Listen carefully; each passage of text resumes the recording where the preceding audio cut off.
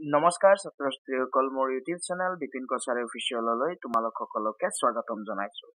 ছাত্ৰ ছাত্ৰীসকল, ইয়াৰ আগৰ ভিডিঅ'টোত মই তোমালোকৰ লেচন 8 পৰিমাণৰ তুলনা নামৰ পাঠটিৰ অনুশীলনী 8.1ৰ কুৱেশ্যনবোৰ সলভ কৰি দিছো। আজি আমি অনুশীলনী 8.2ৰ কুৱেশ্যনবোৰ সলভ কৰিম। আহা ছাত্ৰ ছাত্ৰীসকল, আমি ভিডিঅ'টো পলম নকৰি আৰম্ভ কৰোঁ। তো আমাৰ 1 নম্বৰ প্ৰশ্নটো দিয়া আছে, এটা ৰেডিঅ'ৰ ছপা মূল্য 2055 টকা, 3% ৰেহাই দি ৰেডিঅ'টো বিক্ৰী কৰিলে ৰেডিঅ'টোৰ বেচা দাম কিমান? তো ছাত্ৰ ছাত্ৰীসকল, আমি দোকানত বস্তু এটা কিনিবলৈ গ'লে যিমান তোমাৰ ছপা মূল্য বা প্ৰিণ্টেড প্ৰাইচ থাকে, তো তাতকৈ আমি সদায় কম দামত কিনিবৰ কাৰণে দাম দৰ কৰোঁ, নহয়নে? তো যেতিয়া আমি দাম দৰ কৰোঁ, তেতিয়া আমি দোকানীক কোৱা শুনিবলৈ পাওঁ যে ইমান পাৰ্চেণ্ট মানে 10% বা 20% ডিছকাউণ্ট পাব। এই 10% 20% যিটো ডিছকাউণ্টৰ কথা কয়, সেইটো তোমাৰ যিমান পাৰ্চেণ্ট হাৰত আমাক মানে ডিছকাউণ্ট দি পেলাই আমি শেষত আমি যিমানখিনি আমি মূল্য বা দাম আমি ৰেহাই পাম, সেইখিনিকে তোমাৰ ৰেহাই বুলি কোৱা হয় বা ইংলিছত তোমাৰ ডিছকাউণ্ট বুলি কোৱা হয়। এতিয়া তোমাৰ 3% ৰেহাই মানে 100 টকাত আমি 3 টকাকৈ ৰেহাই পাম, নহয়নে? 2055 টকাত আমি কিমান টকা ৰেহাই পাম, আমাক সেইটো উলিয়াব দিছে। অ'কে, তো তাৰ কাৰণে আমি লিখিম কি, ৰেডিঅ'টোৰ ছপা মূল্য দিয়া আছে কিমান তোমাৰ 2055 টকা। তো আমি লিখিম, তো দিয়া আছে তোমাৰ ৰেডিঅ'টোৰ ছপা মূল্য ইমান টকা। এটা ৰেহাই কিমান পাৰ্চেণ্ট দিয়া আছে, আমাক 3% দিয়া আছে। তো আমি লিখিম, ৰেহাই দিয়া আছে আমাক ছপা মূল্য 3%, ইকুৱেল টু ছপা মূল্য আমাৰ কিমান আছিলে 2055 ইমানৰ 3%। এতিয়া 3% মানে আমি কি লিখিম, 2055 ইনটু 3% মানে তোমাৰ 100/3। তো এতিয়া তোমাৰ কটাকটি কৰা। তো কটাকটি কৰিলে তোমাৰ এই 2055 আৰু তোমাৰ তলত যিটো 100 আছে নহয়, ইহঁতৰ মাজত তুমি 5ৰে কাটিব পাৰিবা। 5 2 গুণ 10 আৰু এটা শূন্য নামি আহিব, তোমাৰ এইটো গ'ল। আৰু এই তোমাৰ এইখিনিক তোমাৰ 5 4 গুণ 20, 5ৰ কাৰণে একবাৰ 5 1 গুণ 5 আৰু এইটো 5ৰ কাৰণে 5 1 গুণ 5। তাৰমানে আমাৰ কি হৈ গ'ল, ওপৰত আমাৰ 411 ইনটু এইটো তোমাৰ 3 থাকি গ'ল আৰু তলত তোমাৰ 20।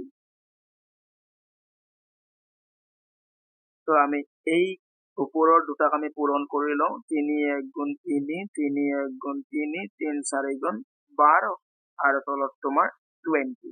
এটা তুমি 20ৰে তোমাৰ ওপৰৰটোক হৰণ কৰিব লাগিব। অ'কে, হৰণ কৰা। ছাত্ৰ ছাত্ৰীসকল, মই ছাইডত তোমাৰ এই 1 2 3 3 20ৰে মই হৰণ কৰিছো, হৰণ কৰি 61.65 পাইছো। তো গতিকে আমি ইয়াতে লিখিম 61.65 ইমান টকা। তাৰমানে আমি ৰেহাই পালো ইমান টকা। অৰ্থাৎ আমাৰ যি অৰিজিনেল দাম আছিলে নহয়, প্ৰকৃত মূল্য আছিলে তোমাৰ এই যে তোমাৰ 2055 টকা, তাৰ পৰা আমি এইখিনি টকা বাদ দিলে যিমান টকা হ'ব, সেইখিনিহে ৰেডিঅ'টোৰ বাবদ গ্ৰাহকজনে মানে দাম দিব লাগিব। অ'কে, তো আমি বেচা দামটো উলিয়াম এতিয়া। এতেকে বেচা দাম বা ৰেডিঅ'টোৰ তোমাৰ বেচা দাম সমান আমি কি কৰিম, ছপা মূল্যৰ পৰা বিয়োগ কৰিম। কোনটো বিয়োগ কৰিম, ৰেহাই মূল্য যিখিনি আমি পাইছো সেইখিনি আমি বিয়োগ কৰিম। তো ছপা মূল্য আমাৰ কি আছিলে 2055 মাইনাছ ৰেহাই আমি কিমান পালো 61.65। এতিয়া ইমানৰ পৰা ইমান বিয়োগ কৰি দিয়া, আমি ছাইডত বিয়োগ কৰো 2055.00, তাৰপিছত তোমাৰ ইয়াতে 61.65 এইখিনি আমি বিয়োগ কৰিম। তো মই ছাইডত বিয়োগ কৰি পাইছো তোমাৰ 1993.35, তাৰমানে ইমান টকা। এইটোৱে হ'ল তোমাৰ এই ৰেডিঅ'টোৰ তোমাৰ বেচা দাম। ওকে, তো এইটোৱে নিৰ্ণয় উত্তৰ তোমাৰ। এতিয়া আমি 2 নম্বৰটো চাম। 2 নম্বৰটো দিয়া আছে, সুমনে এখন গণিতৰ কিতাপত 10% ৰেহাই পোৱাৰ পিছত 190 টকাত কিতাপখন কিনিলে। কিতাপখনৰ ছপা মূল্য কিমান আছে? ছাত্ৰ ছাত্ৰীসকল, ইয়াত আমাক 10% ৰেহাই দি পেলাই সুমনে এখন কিতাপ কিনিছে। কিতাপখনত তেওঁক কিনা দাম 190 টকা দিব লগা হৈছে। তো তেতিয়াহ'লে কিতাপখনৰ ছপা মূল্য বা প্ৰকৃত মূল্য কিমান আছিলে সেইটো আমাক উলিয়াব কৈছে। ইয়াত আমি কিতাপখনৰ ছপা মূল্য 100 টকা ধৰি ল'ম। যদি কিতাপখনৰ ছপা মূল্য 100 টকা হয় আৰু তেওঁ 10% ৰেহাই পোৱা কথা কৈছে, অৰ্থাৎ 100 টকাত তেওঁ 10 টকা ৰেহাই পাইছে। তো 100 টকাত 10 টকা ৰেহাই পালে তেওঁ 90 টকা দিব লাগিব। অৰ্থাৎ কিতাপখনৰ ছপা মূল্য 100 টকা হলে তেওঁৰ কিনা দাম হয় 90 টকা। তো আমি সেইটো হিচাপতে লিখিম। ওকে, তো আমি এনেকৈ লিখিম, ৰেহাই 10% হলে 100 টকাৰ কিতাপখনৰ কিনা দাম হ'ব 90 টকা। কাৰ কিনা দাম? এইটো সুমনৰ কিনা দাম। আৰু দোকানীজনৰ ক্ষেত্ৰত এইটো বিক্ৰী দাম হ'ব। তেওঁ 10% ৰেহাই হাৰত বিক্ৰী কৰিলে তেওঁৰ বিক্ৰী দাম হ'ব 90 টকা।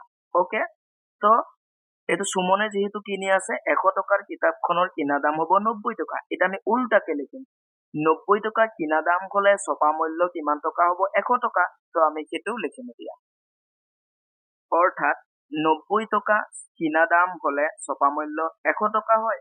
এতেকে 1 টকা কিনা দাম হলে ছপা মূল্য হ'ব তোমাৰ, তো আমি 90 টকাত 100 টকা হৈছে 1 টকাত হ'ব তোমাৰ এই 100টোক তোমাৰ 90ৰে হৰণ কৰিব লাগে।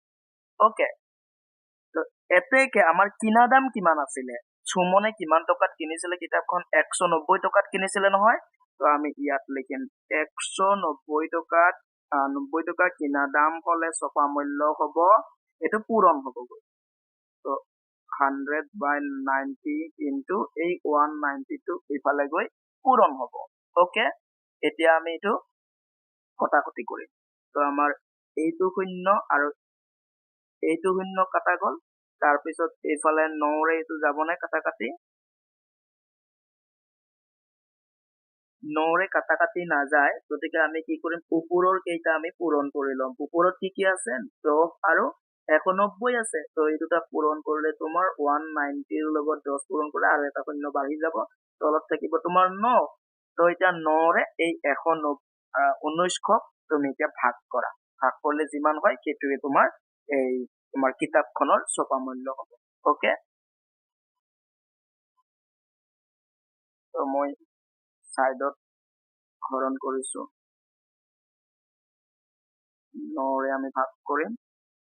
তোমাৰ 9 2 গুণ 18, 1 নামিলে 0 এটা নামিলে, 9 1 গুণ 9, 1 নামিলে আকৌ এটা 0 হলে তোমাৰ 9 1 গুণ 9, আকৌ এতিয়া তোমাৰতো নমাবলগীয়া ৰবা, তাৰ আগতে বিয়োগ কৰি লোৱা 1 হ'ল।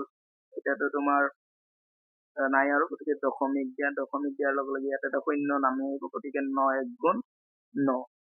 তো এনেকৈ তোমাৰ কি হৈ গৈ থাকিব, আকৌ এটা দিলে তোমাৰ 0 নামি আহিলে তোমাৰ 9 1 গুণ আকৌ এটা 9, তো তোমাৰ এনেকৈ 1 তোমাৰ বাকী থাকিয়ে যাই থাকিব বাৰে বাৰে। তো আল্টিমেটলি আমি কি পালো, তাৰ মানে 211.11। ওকে, তো আমি এইটোৱে ৰাখি দিম, 211.11 টকা। ওকে, তাৰমানে আমাৰ আচলতে কিতাপখনৰ তোমাৰ ছপা মূল্য আছিলে 211.11 টকা। ওকে, তো আমি প্ৰায় 211 টকা বুলি ধৰিব পাৰো। কিতাপখনৰ ছপা মূল্য 211 টকা আছিলে আৰু তেওঁ 10% ভাল যেতিয়া ৰেহাই পাইছে নহয়, তেতিয়া কিতাপখন কিনোতে তেওঁ 190 টকা দিব লগা হৈছিলে। ওকে, ইমান টকা ইয়াতে আমি এটা প্ৰায় বুলি শব্দটো লিখি দিম, প্ৰায়। ওকে, তো তোমাৰ এইটোৱে ইয়াৰ নিৰ্ণয় ছপা মূল্য। আমি এতিয়া 3 নম্বৰটো চাম। দিয়া আছে, ছপা মূল্য 700 টকাৰ বস্তু এটা ৰমেনে 630 টকাত কিনি আনিলে।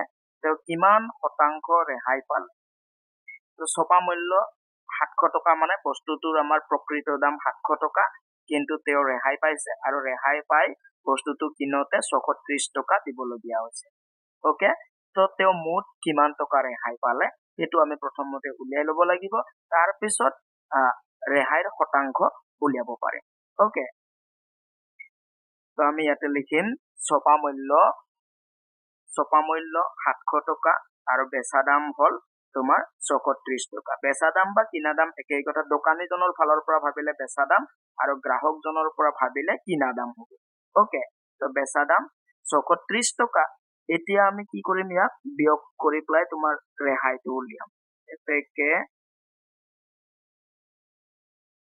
ৰেহাই কিমান হ'ব বিয়োগ কৰা 0 পৰা 0 গলে 0 10 পৰা 3 গলে তোমাৰ 7 ইয়াতে 6 আছে 6 পৰা 6 গলে 0 হ'ব অৰ্থাৎ 70 টকা তো আমি কি পালো তোমাৰ তেওঁ ৰেহাই পালে কোনে ৰমেনে নহয় ৰমেনে মুঠ ৰেহাই পালে তোমাৰ 70 টকা এতিয়া কিমান টকাৰ ভিতৰত কিমান টকা 70 টকা ৰেহাই পালে 700 টকা আছিলে বস্তুটোৰ প্ৰকৃত মূল্য 700 টকাৰ ওপৰত তেওঁ 70 টকা ৰেহাই পালে হয়নে তেতিয়াহ'লে শতাংশ মানে 100 টকাত তেওঁ কিমান টকা ৰেহাই পাব ওকে তো আমি লিখিম 700 টকাত ৰেহাই পালে 70 টকা এইটো 70 এইটো তোমাৰ কাটি দিছো এতিয়া 700 টকাত ৰেহাই পালে 70 টকা এতেকে এক ইয়াতে 1 টকাত ৰেহাই পালে কি হ'ব এইটো গৈ তোমাৰ হৰণ হ'ব ওপৰত 70 তলত তোমাৰ 700 ইমান টকা নহয় নে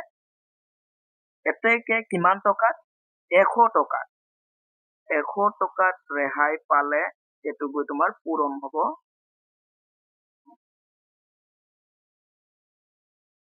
এইটো এইবাৰ আমি কাটাকাটি কৰিম এই শূন্য দুটা আৰু এই শূন্য দুটা কাটি দিলো হাতেৰে তোমাৰ 70ৰ কাৰণে 10 মানে তাৰমানে আমি 100 টকাত আমি কিমান পালো 10 টকা ৰেহাই পালো আৰু 100 টকাত যিমান টকা ৰেহাই পাম সেইটোৱে আমাৰ কি হৈ যায় শতাংশ ৰেহাইৰ শতাংশ এতেকে আমি লিখিম এতেকে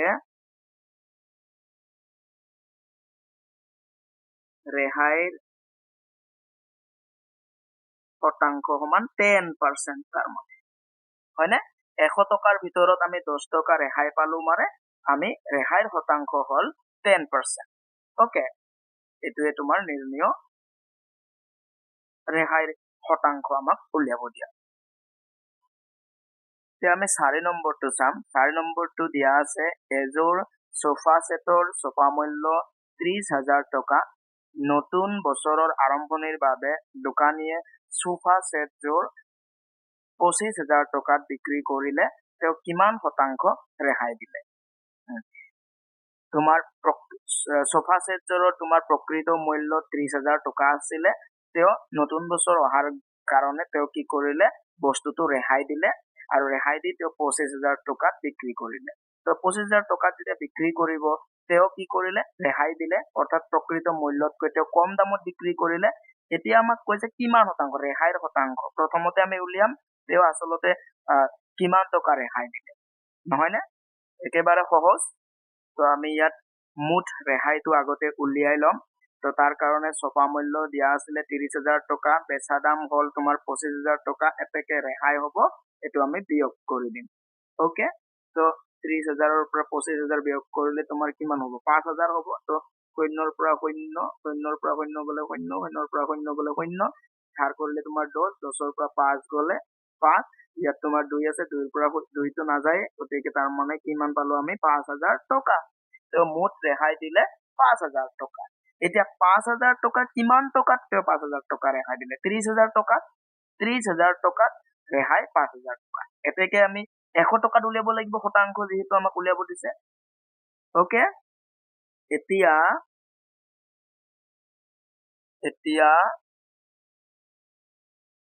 30,000 টকাত ৰেহাই দিলে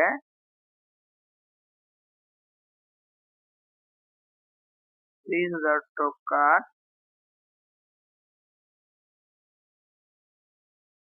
ৰেহাই দিলে কিমান টকা 5,000 টকা এতেকে 1 টকাত ৰেহাই দিলে 1 লিখিব লাগিব এতেকে 1 টকাত ৰেহাই দিলে 1 টকাত ৰেহাই দিলে কি হ'ব তোমাৰ এটো হৰণ হ'ব 30,000 টো তোমাৰ তলত যাব ইমান টকা এতেকে আমি কিমান টকাত উলিয়াব দিছে আমাৰ শতাংশ মানে 100 টকাত উলিয়াব দিছে আমি এটা লিখিম এতেকে 100 টকাত ৰেহাই দিলে কি হ'ব এই 100 টো গৈ পূৰণ হ'ব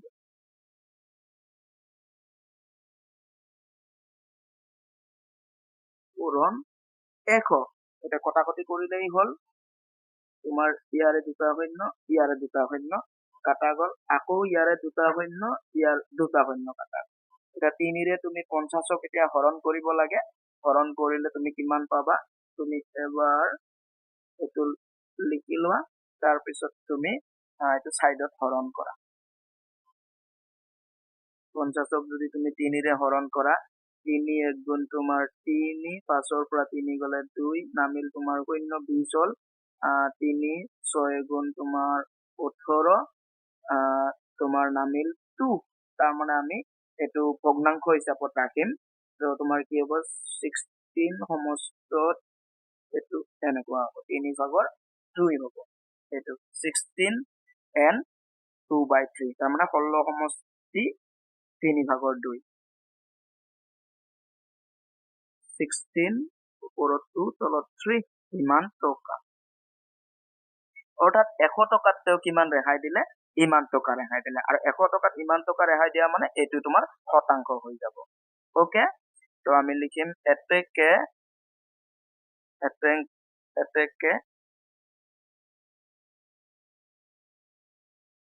ৰেহাইৰ শতাংশ সমান 16 সমস্ত 3 ভাগৰ 2 যে শতাংশ পাৰ্চেন্ট ওকে এইটো তুমি দশমিকতো লৈ যাব পাৰা দশমিকত নালাগে এইটো তোমাৰ ভগ্নাংশ হিচাপতে ৰাখি দিয়া ওকে তো এইটোৱে তোমাৰ নিৰ্ণয় ৰেহাইৰ শতাংশ এতিয়া আমি 5 নম্বৰটো চাম 5 নম্বৰটো তোমাৰ দিয়া আছে 10% ৰেহাই দিয়াৰ পিছত দোকানীয়ে এখন ফেন 1260 টকাত বিক্ৰী কৰিলে ফেনখনৰ ছপা মূল্য কিমান ছাত্ৰছাত্ৰীসকল এই কুৱেশ্যনটো তোমাৰ 2 নম্বৰটোৰ লগত একেই তো আমাক 10% ৰেহাই দিয়াৰ কথা কৈছে আৰু বস্তুটো বিক্ৰী কৰিছে তেওঁ 1260 টকাত তেন্তে আমাৰ কিটা ফেনখনৰ ছপা মূল্য কিমান হ'ব নহয়নে তো আমি ইয়াত কি কৰিম 10% ৰেহাই হলে বস্তুটোৰ তোমাৰ 100 টকাৰ বস্তুটোৰ বিক্ৰী দাম বা বিক্ৰী মূল্য হ'ব তোমাৰ 90 টকা এইটো মতে আমি কৰিম 10% ৰেহাই গলে 100 টকাৰ ফেনখনৰ বিক্ৰী দাম হ'ব 90 টকা যেহেতু 10% মানে 100 টকাত 10 টকা আমি ৰেহাই পাই আছো গতিকে তোমাৰ 90 টকা হ'ব তো এই কথাখিনিক আমি উল্টা কৰি লিখিম আমি লিখিম কি অৰ্থাৎ 90 টকা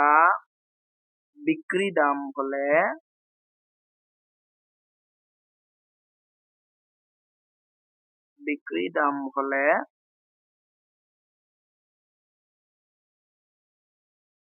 ছপা মূল্য কিমান টকা হ'ব 100 টকা 100 টকা এতেকে 1 টকা বিক্ৰী দাম হলে ছপা মূল্য হ'ব এই 100 টক আমি হৰণ কৰিম কিহেৰে হৰণ কৰিম 90 ৰে ওকে এতেকে আমাৰ কিমান টকা বিক্ৰী দাম আছিলে ফেনখন তেওঁ কিমান টকাত বিক্ৰী কৰিছিলে 1260 টকাত বিক্ৰী কৰিছিলে তো আমি লিখিম এতেকে 1260 টকা বিক্ৰী দাম হলে ছপা মূল্য হ'ব এই 1260 টো তোমাৰ ইয়াৰ লগত গৈ পূৰণ হ'ব এনেকৈ পূৰণ হ'ব এতিয়া আমি এইটো কটাকটি কৰি দিম ওকে তো তোমাৰ এইটো শূন্য আৰু এইটো শূন্য কাটি দিয়া তাৰপিছত তোমাৰ এতিয়া তুমি 9 আৰু এই 1 2 6ক কটাকটি কৰা 9 1 গুণ 9 12ৰ তলত 9 বহুৱাইছা বুলি ভাবি বিয়োগ কৰি দিলে থাকিব তোমাৰ 3 আৰু 6 লগ লাগি হ'ব 36 9 4 গুণ 6 তাৰমানে তোমাৰ ওপৰত কি থাকি গ'ল 100 আৰু 14 এই দুটা পূৰণ কৰি দিলে তোমাৰ কিমান হ'ব 14 1 গুণ 14 আৰু দুটা শূন্য লগাই দিয়া তাৰমানে ইমান টকা আমি পালো নহয়নে ইমান টকা পালো মানে আমি কি পালো এই তোমাৰ ফেনখনৰ ছপা মূল্য নহয়নে তেওঁ 1260 টকাত বিক্ৰী কৰিছিলে আৰু ৰেহাই তেওঁ 10% পাইছিলে আৰু সেই হিচাপত যদি 10% হিচাপত ৰেহাই পাই তেওঁ 1260 টকাত বিক্ৰী কৰিছিলে আৰু বস্তুটোৰ প্ৰকৃত মূল্য আছিলে 1400 টকা ওকে এইটোৱে তোমাৰ নিৰ্ণয় ফেনখনৰ ছপা মূল্য 1400 টকা ওকে এতিয়া আমি 6 নম্বৰটো চাম দিয়া আছে এটা ঘড়ীৰ ছপা মূল্য 1150 টকা পূজা উপলক্ষে কিমান শতাংশ ৰেহাই দিলে ঘড়ীটোৰ দোকানীজনে 1000 টকাত বিক্ৰী কৰিব তাৰমানে তেওঁ কি কৰিছে মানে ঘড়ীটোৰ ছপা মূল্য 1150 টকা তেওঁ কি কৰিব বিচাৰিছে পূজা উপলক্ষে ৰেহাই দিব বিচাৰিছে আৰু তেওঁ কিমান শতাংশ ৰেহাই দিলে তেওঁৰ বিক্ৰীৰ দাম 1000 টকা হ'ব অৰ্থাৎ ঘড়ীটো তেওঁ 1000 টকাত বিক্ৰী কৰিব ওকে তো ছপা মূল্য যদি 1150 টকা হয় ৰেহাই বিক্ৰী দাম যদি তোমাৰ 1000 টকা হয় তেতিয়াহ'লে তেওঁ মুঠ কিমান টকা ৰেহাই দিব লাগে সেইটো আমি আগতে উলিয়াই ল'ম ৰেহাইটো মুঠ ৰেহাইটো আগতে উলিয়াই ল'ব লাগিব তো ছপা মূল্য দিয়া আছিলে ইমান টকা বিক্ৰী দাম দিয়া আছে ইমান টকা তো ৰেহাই কিমান হ'ব আমি এইটো বিয়োগ কৰি দিম 0 পৰা 0 গ'লে 0 5 পৰা 0 গ'লে 5 1 পৰা 0 গ'লে 1 তাৰমানে 150 টকা ৰেহাই এতিয়া তেওঁ কিমান টকাৰ ওপৰত কিমান টকা ৰেহাই দিলে বস্তুটোৰ তোমাৰ ছপা মূল্য আছিলে 1150 টকা অৰ্থাৎ 1150 টকাত তেওঁ ৰেহাই দিব লাগে 150 টকা তো গতিকে তেওঁ শতাংশ হিচাপত কিমান তেওঁ শতাংশ ৰেহাই দিব ওকে আমি লিখিম এতিয়া 1150 টকাত ৰেহাই কিমান টকা 150 টকা এতেকে 1 টকাত ৰেহাই দিব তেওঁ কি কৰিম আমি এই 150 টকা আমি হৰণ কৰিম ইমান টকা এতেকে তেওঁ কিমান টকাত বিক্ৰী কৰিব গৈ আছিলে 1000 টকা নহয়নে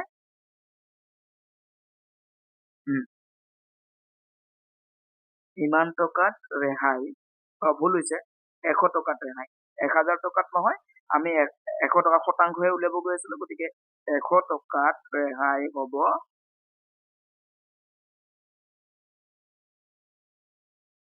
এই 100 গৈ ইয়াতে পূৰণ হ'ব নহয়নে তো এতিয়া কটাকটি কৰা 0 কাটা গ'ল তোমাৰ 1115 থাকিলে 5 কাটিব পাৰিবা এই দুটাৰ মাজতো 5 কাটিব পাৰিবা 5 3 গুণ 15 5 2 গুণ 10 1 আছে 15 5 3 গুণ 15 নহয়নে এতিয়া তোমাৰ কি থাকি গ'ল ওপৰত তোমাৰ কি থাকি গ'ল 3 আৰু তোমাৰ 100 3 into 100 তলত থাকি গ'ল তোমাৰ 23 এতিয়া ওপৰত তোমাৰ 3 আৰু 100 পূৰণ কৰিলে 300 তলত হ'ল তোমাৰ 23 এতিয়া 23 ৰে তুমি 300 হৰণ কৰা আমি সাইডত হৰণ কৰো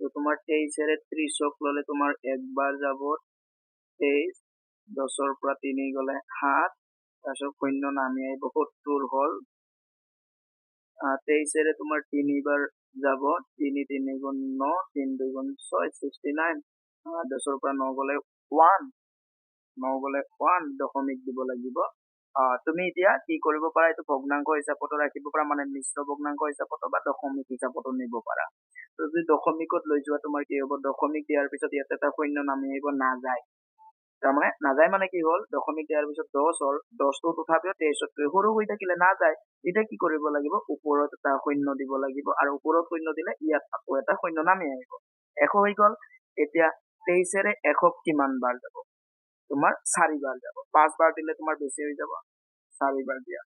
4 3 গুণ 12, 2 হাতত থাকিলে 1, 4 2 গুণ 8, 8 9, তোমাৰ 10, 10ৰ পৰা 2 গলে থাকিব 8, ইয়াতে তোমাৰ 9 আছে, গতিকে 8 হৈ গ'ল।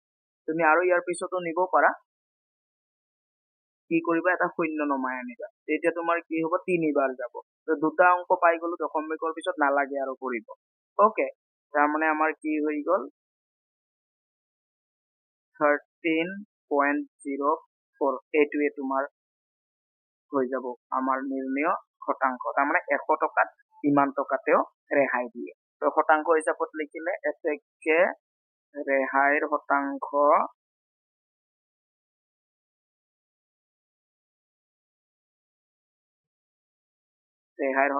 হ'ব তোমাৰ 13.04%। ওকে, তো এইটোৱে আমাক উলিয়াব দিয়া ৰেহাইৰ শতাংশ। এতিয়া আমি 7 নম্বৰটো চাম। দিয়া আছে, কাপোৰৰ দোকানী এজনে 10% ৰেহাই বুলি এখন বিজ্ঞাপন দি সেইমতে কাপোৰ বিক্ৰী কৰিব ধৰিলে। এজন গ্ৰাহকে 6,050 টকা মূল্যৰ এযোৰ চুট, 575 টকা মূল্যৰ এটা কামিজ আৰু 875 টকা মূল্যৰ এখন শাৰী কিনিলে। গ্ৰাহকজনে মুঠতে কিমান টকাৰ ৰেহাই পালে? ছাত্ৰ ছাত্ৰীসকল, কি কৰিলে, আমি কাপোৰৰ দোকানত গ'লে বা দুৰ্গা পূজাৰ সময়ত গ'লে, আমি যিকোনো কাপোৰৰ দোকানত গ'লে আমাক ৰেহাই দিয়ে। তো গতিকে 10% ৰেহাই দি তেওঁ বিজ্ঞাপন এখন দিছে, আৰু তাত লেখা আছে তোমাৰ কি, মূল্য নহয়, মানে কাপোৰৰ তোমাৰ দাম বা মূল্যবিলাক লেখা আছে, বোলে 6050 টকা এযোৰ চুটত, তাৰপিছত এইটো তোমাৰ কামিজ এটাত ইমান টকা দিয়া আছে, আৰু তোমাৰ শাৰী এখনত ইমান টকা বুলি তাত প্ৰিণ্টেড আছে, নহয়নে, প্ৰিণ্টেড আছে। তেওঁ এইখিনি মূল্যৰ ওপৰত তেওঁ 10% ৰেহাই পাব।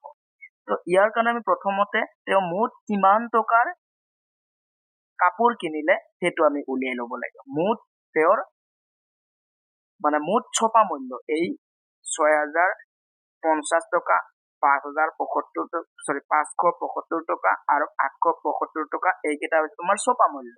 গতিকে মুঠ ছপা মূল্য কিমান, আমি সেইটো উলিয়াই ল'ব লাগিব। ওকে, তো মুঠ ছপা মূল্য হ'ব, এইকেইটা তুমি যোগ কৰা, যোগ কৰিলে তোমাৰ হ'ব 7,500 টকা। তো মুঠ ছপা মূল্য হৈ গ'ল 7,500 টকা। তেওঁ এতিয়া এইখিনিৰ ওপৰত তেওঁ কিমান 10% ৰেহাই হিচাপত আমি মুঠ ৰেহাইটো উলিয়াম।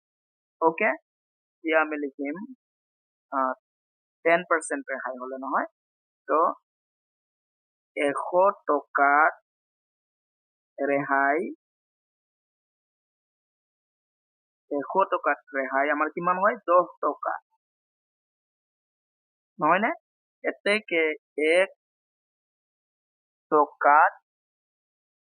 টকাত ৰেহাই হ'ব, এইটো আমি হৰণ কৰিম। তো এতেকে আমাৰ কিমান টকা মুঠ ছপা মূল্য, এই যে 7,500 টকা, 7,500 টকাত ৰেহাই হ'ব, এইটো গৈ তোমাৰ কি হ'ব, পূৰণ হ'ব। 7,500 গৈ পূৰণ হ'ব। এতিয়া কটাকটি কৰা, দুটা শূন্য কটা গ'ল, তো এতিয়া কি থাকি গ'ল, 10 আৰু তোমাৰ ইয়াতে 75 থাকি গ'ল। এই দুটা পূৰণ কৰিলে তোমাৰ হ'ব 75, এটা শূন্য পিছফালে লগাই দিলে হৈ গ'ল ইমান টকা। ওকে, এইটোৱে তোমাৰ আনসাৰ, একেবাৰে সহজ। যদিও প্ৰশ্নটো তোমাৰ ডাঙৰ দেখিছা, উত্তৰটো একেবাৰে সহজ। তো গতিকে আমাৰ নিৰ্ণয় ৰেহাই উলিয়াব দিছিলে, এইখিনি টকাই হ'ল তোমাৰ নিৰ্ণয় ৰেহাই। ওকে, ছাত্ৰ ছাত্ৰীসকল, ভিডিঅ'টো আজি ইমানতে সামৰিম। তো বাকী কেইটা কুৱেশ্যন আনসাৰ মই নেক্সট এটা ভিডিঅ' বনাম, তাত সেইকেইটা তোমাৰ ইনক্লুড কৰিম। তো ছাত্ৰ ছাত্ৰীসকল, ভিডিঅ'টো যদি ভাল লাগিছে লাইক কৰিবা, কিবা প্ৰশ্ন থাকিলে কমেণ্ট কৰিবা, আৰু লগতে ভিডিঅ'টো যিমান পাৰা সিমান ফ্ৰেণ্ড চাৰ্কলৰ মাজত শ্বেয়াৰ কৰিবা। লগতে চেনেলটো যদি তোমালোকে এতিয়ালৈকে ছাবস্ক্ৰাইব কৰি লোৱা নাই, চেনেলটো ছাবস্ক্ৰাইব কৰি ল'বা। শেষত সকলোৰে মংগল কামনা কৰি ভিডিঅ'টো ইমানতে সামৰিছো। ধন্যবাদ।